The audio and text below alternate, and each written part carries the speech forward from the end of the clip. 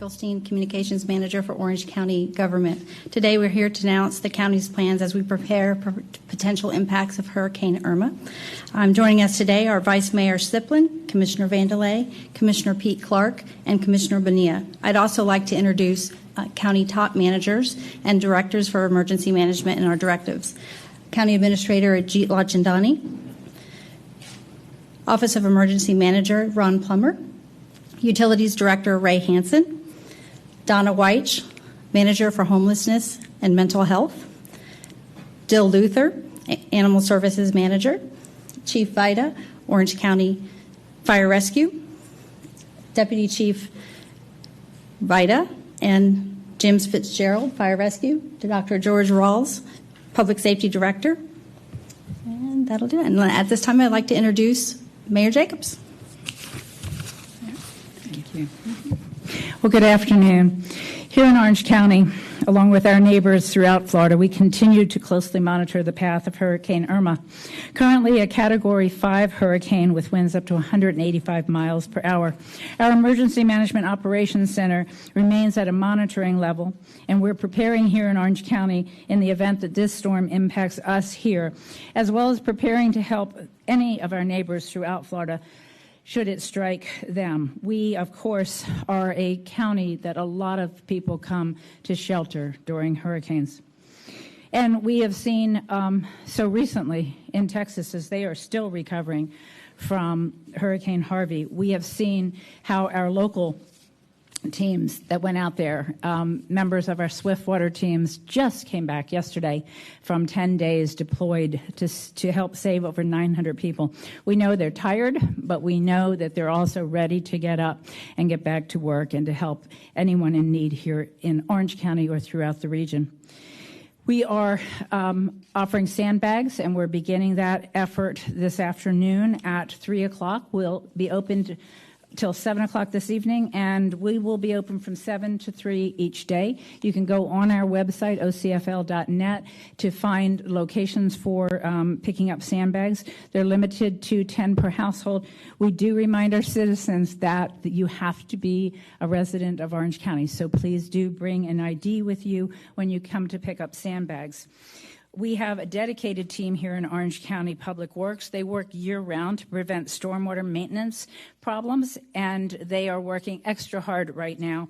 In fact, in several of the low-lying areas, we have pump stations that are already set up, and they're creating the capacity, anticipating that we could have a significant water storm at a minimum. So with that in mind, we want to assure our residents that we're doing our part to be prepared, but prepared is what every single citizen of Orange County needs to do. We don't want people to be alarmed, and it's easy to be alarmed after seeing what happened in Texas, but we want people to be prepared, and I'm seeing that. I'm very encouraged as I'm out in the public. I'm encouraged to stop by drugstore and see people gearing up, getting batteries, getting the things that they need for their own disaster kits. And I would encourage our citizens, if you haven't started that process, by all means do. You can go to our website also. If you're not quite sure what are those things that you should have in your house, go to our website and you can pull down a kit and know the types of supplies.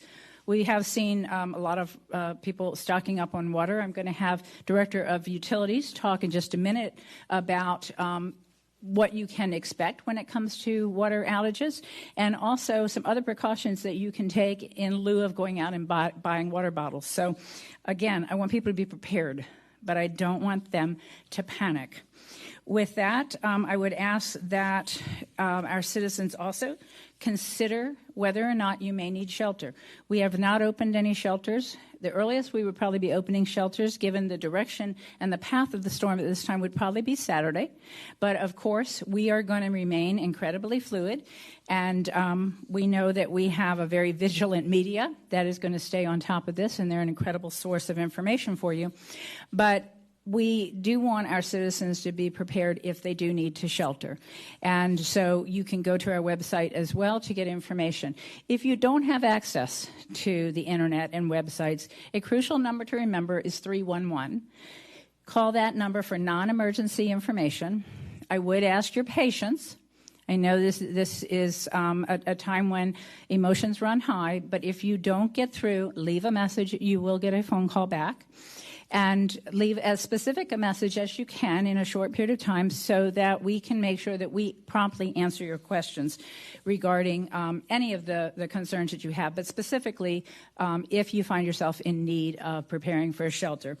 In terms of communication, I think communication is a crucial part of allowing everyone to be prepared and to do their part, because it really takes all of us. It takes our citizens individually being responsible. It takes communities working together, and I can't think of a community that has proven its ability to work together better than Orange County and Central Florida.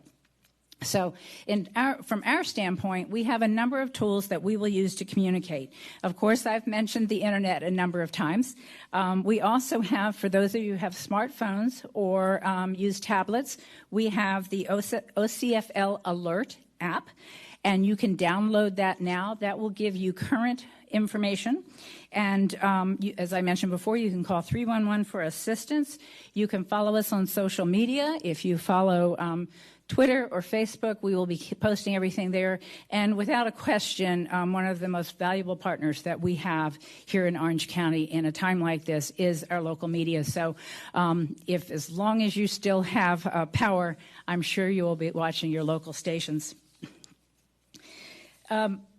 I'm going to have a couple of comments from some staff members in just a minute, talk to you about some of the special circumstances we need to consider. But I also just want everybody to be aware that as we anticipate a hurricane here in Orange County, we're doing everything that we can to be ready for it. If you do what you can to be ready for it, we'll come through this. We always do. And as long as we work together, we always will. We're doing something unique this year, and that is an outreach to our homeless population. You've heard a lot about the homeless population here throughout Central Florida and throughout the nation.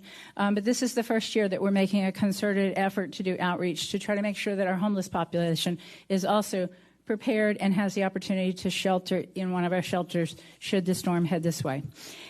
And monitor it, keep an eye on it. With a little luck, we will see this storm veer further to the east, and we will have a little bit of stormy weather.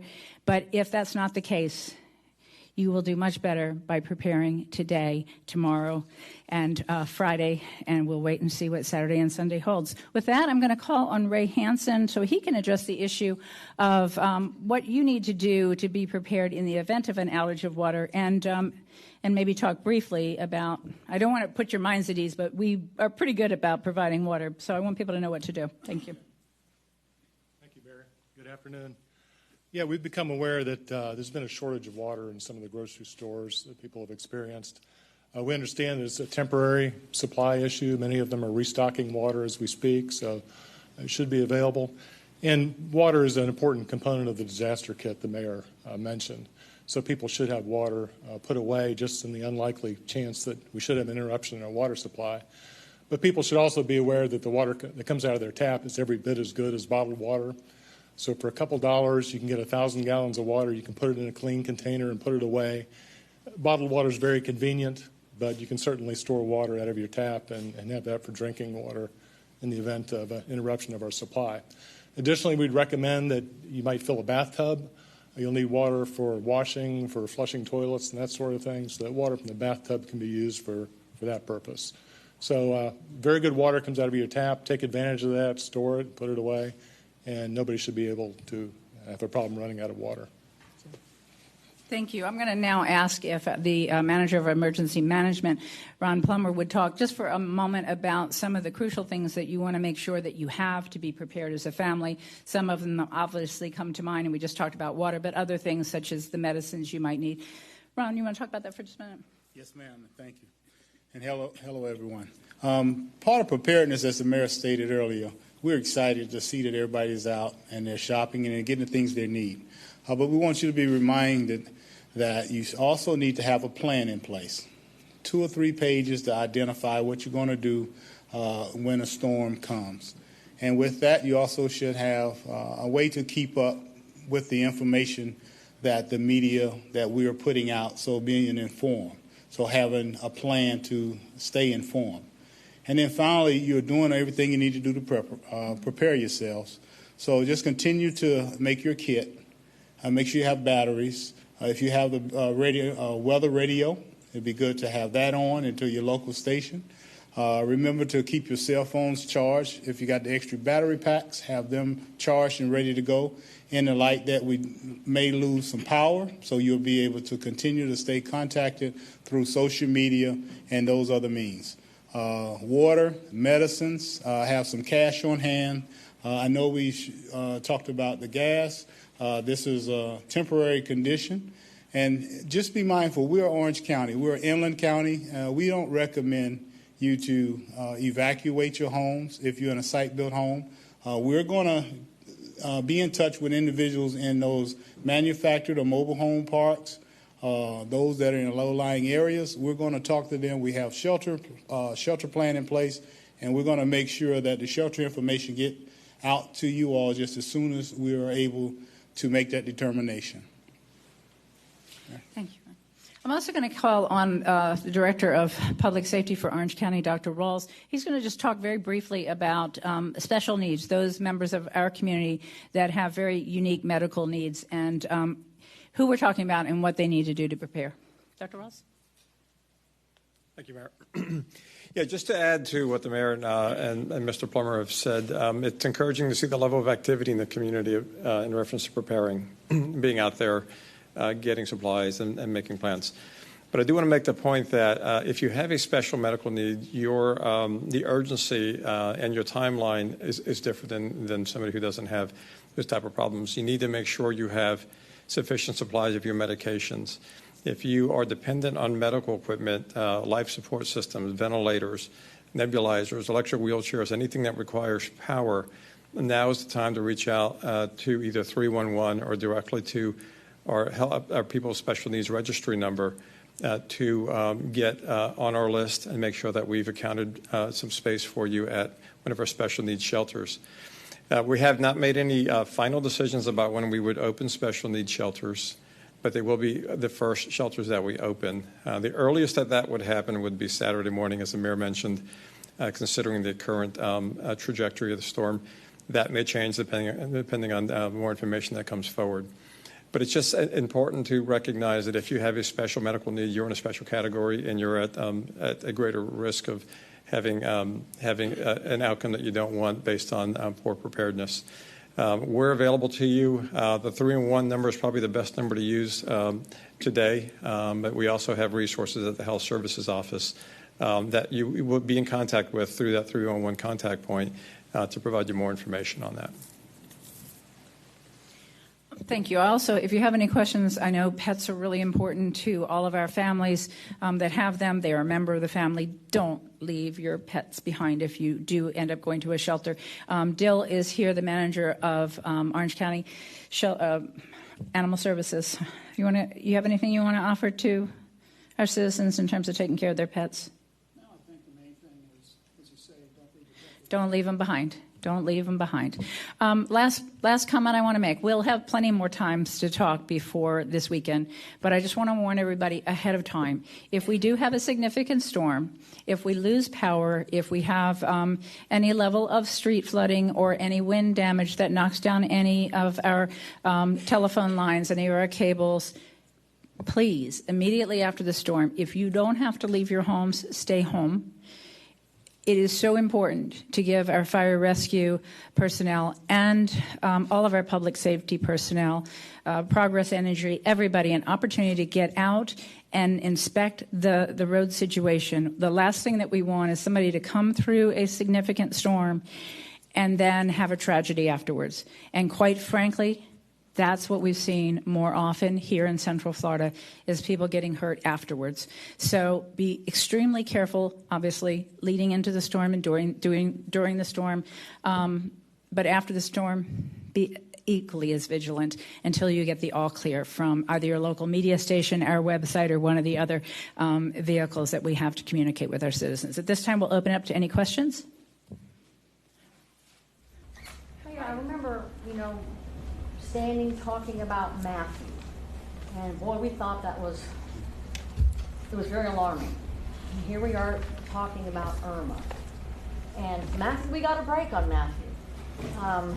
Are you afraid people might be complacent? Obviously, the Category 5, we've all, but I mean, we got a break with Matthew. What do you think people might be thinking? Thank you. And the question was, just last year we had Hurricane Matthew, which 24 hours before looked like that storm was heading straight for us.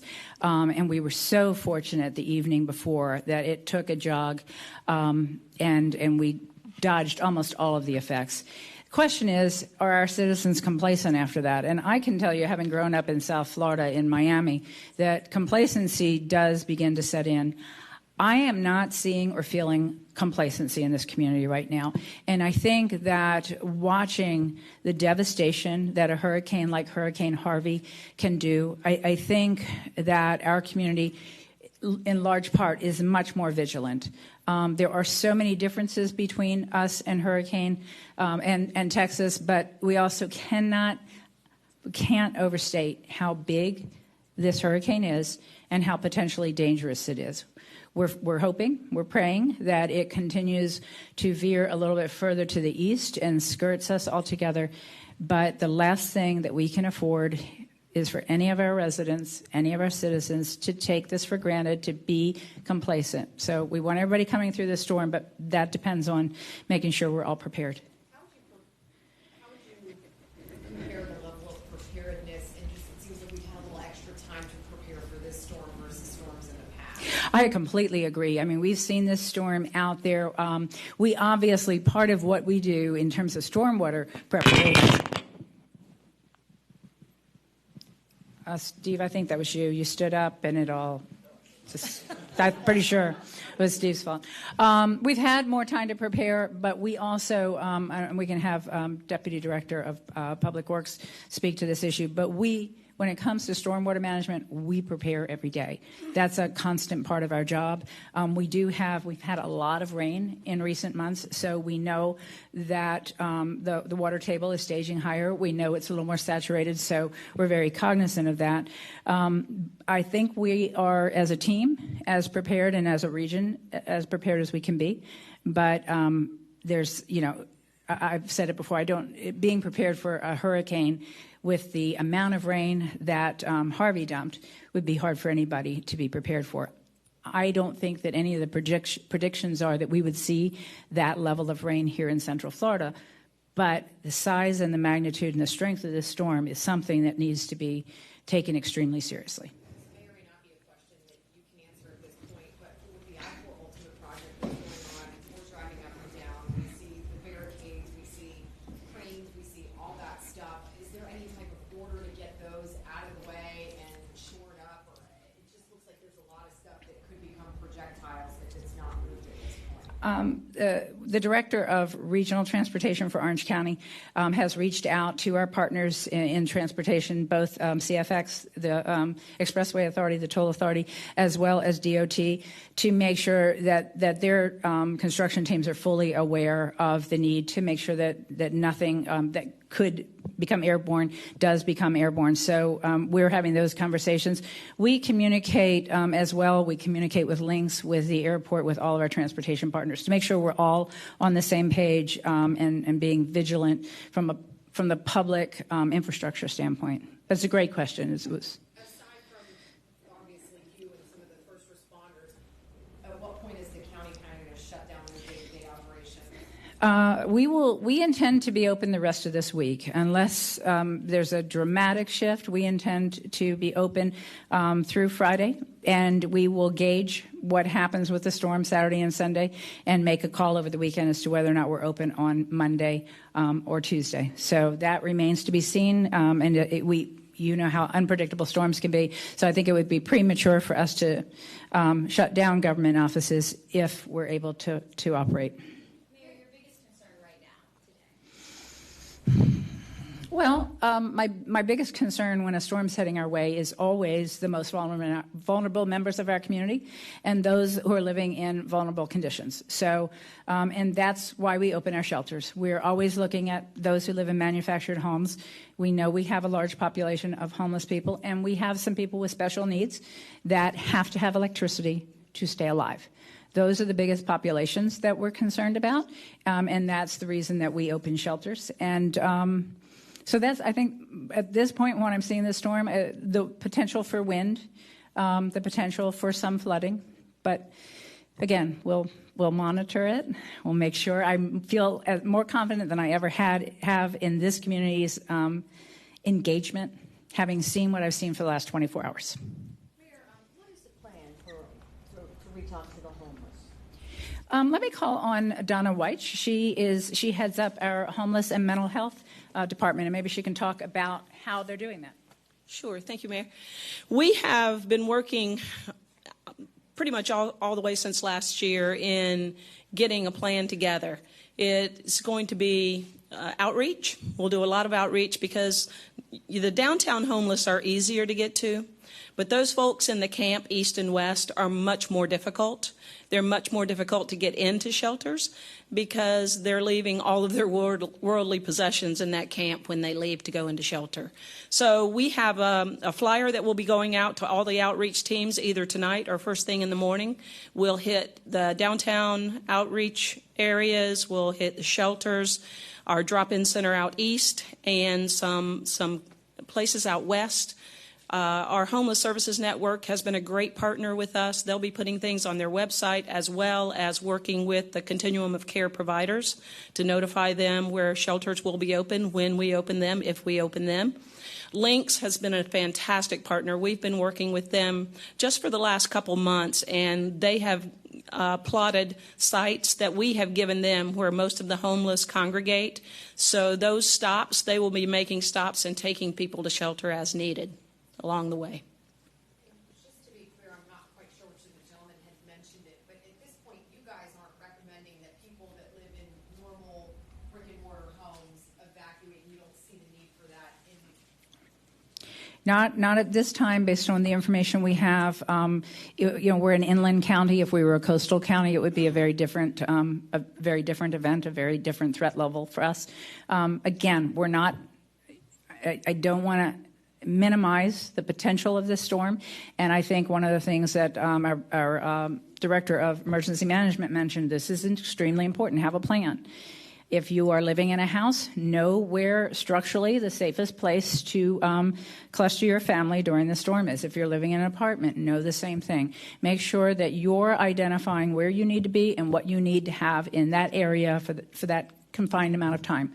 Anybody who's lived through a really strong hurricane knows that you really want to find that safest place. You want to have your water, you want to have your medicines, you want to have your blankets, you want to have everything right there. And so I think that plan is extremely important. A lot of our friends and relatives are evacuating too here from the South Florida area. What would you ask of them, or what would be your best advice to them at this point?